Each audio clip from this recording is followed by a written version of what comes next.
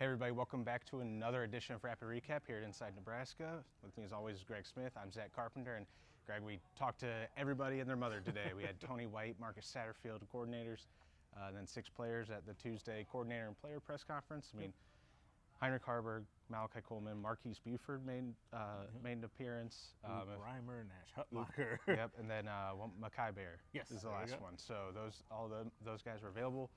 You can check out the full press conference video of every single one of those at the Inside Nebraska YouTube channel. Encourage you guys to not only like this video, but subscribe to our YouTube channel and get those videos dropped directly in your feed. But first off, Greg, I mean, biggest takeaway for me is, again, a team built on its defense is they've had 2 deficiencies this season in lack of takeaways and allowing explosive plays in the pass game, and you have a Maryland offense that's predicated on an explosive passing game coming in. Yeah, and I think that the energy of Tony White today and him being kind of pissed off, for lack of a better phrase, I couldn't think of another way. Yeah, like he said, bullcrap. He held up on that one. He let a couple others slip. I like fired up Tony White, but that is uncharacteristic for him, which is why it's noteworthy. He's very kind of the coolest guy in the room.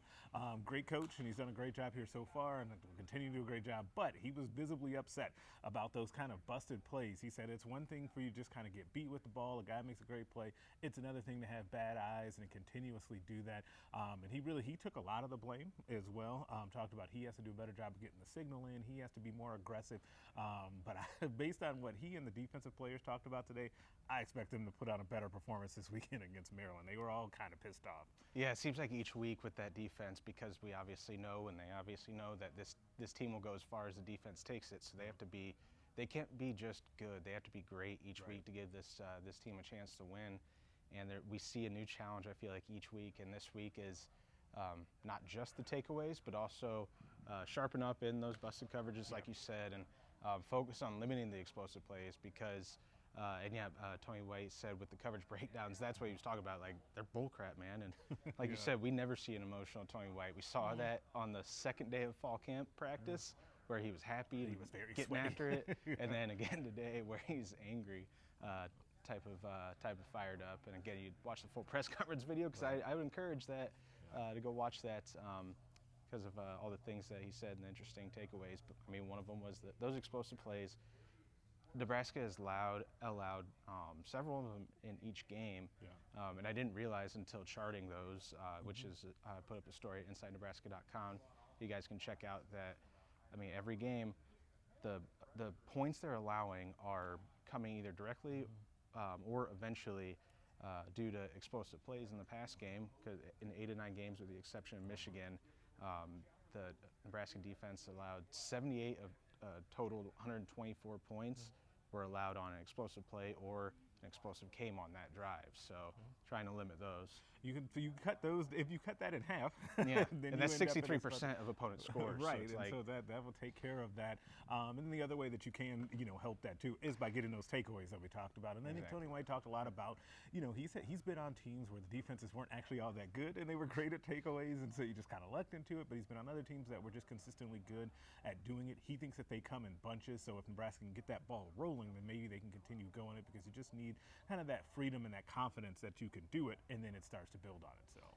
Yeah, I mean, that's the last thing to note on here is, I mean, the takeaways, if your team's allowing explosive plays and the other team's moving the ball on you, either way, the thing to neutralize that best is obviously takeaways. And I mean, this Nebraska defense has been great, but that's like that one missing piece is those takeaways. So we'll look forward to seeing if they answer the bell against Talia Tagovailoa on Saturday. AKA Patrick Mahomes. And he'll be Patrick Mahomes and Kyler Murray all rolled into one, but he'll be facing off on the other side, technically facing off with Heinrich Harburg as the quarterback. And again, as we talked about yesterday, he's the unquestioned starter at quarterback. We don't need to go through that again, but he was available today. Check yesterday's video for the rant. I was going to say, just copy and paste what we said yesterday into this video if we could.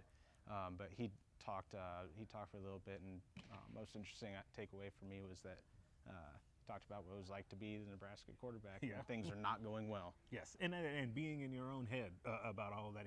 He self-admittedly, and I think took a lot of kind of self-awareness and courage to say this out loud to everybody, knowing that we talk about it.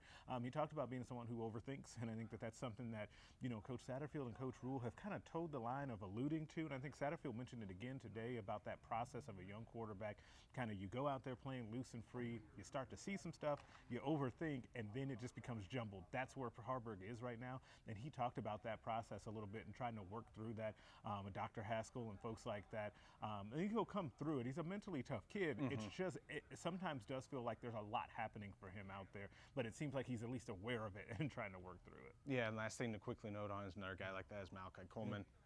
He spoke today, and he's admitted now a couple times, like, yeah, the playbook is a lot to digest. It's a lot to try and to learn, understand, master. Now it feels like he's starting to pick that up. And I mean, it feels like even though, yeah, Malachi didn't, he had the 30-yard catch and then a couple others in that Michigan State game where he was targeted. And Rule had great things to say about Malachi yesterday on Monday. Marcus Satterfield today. It was like heavy praise. I'm wondering what that could mean for this sort of surge, this rise of Malachi Coleman's stock. I think he's become such an example with his blocking, is that it's not just that he's making plays, big plays in the passing game, which he did have one a couple weeks ago. He's also showing the way or leading the way blocking and being physical out there. And that's something that you can translate, like Satterfield said, to the other young receivers as a way to kind of get on the field and to make an impact. Yeah, and again, it's just a lot of interesting matchups in this coming game. I mean, if Maryland's putting points on the board and they have explosive plays allowed on their end, maybe we see Malachi Coleman break loose and have a couple more of those explosives on the Huskers end of the field. But that's going to do it for us today.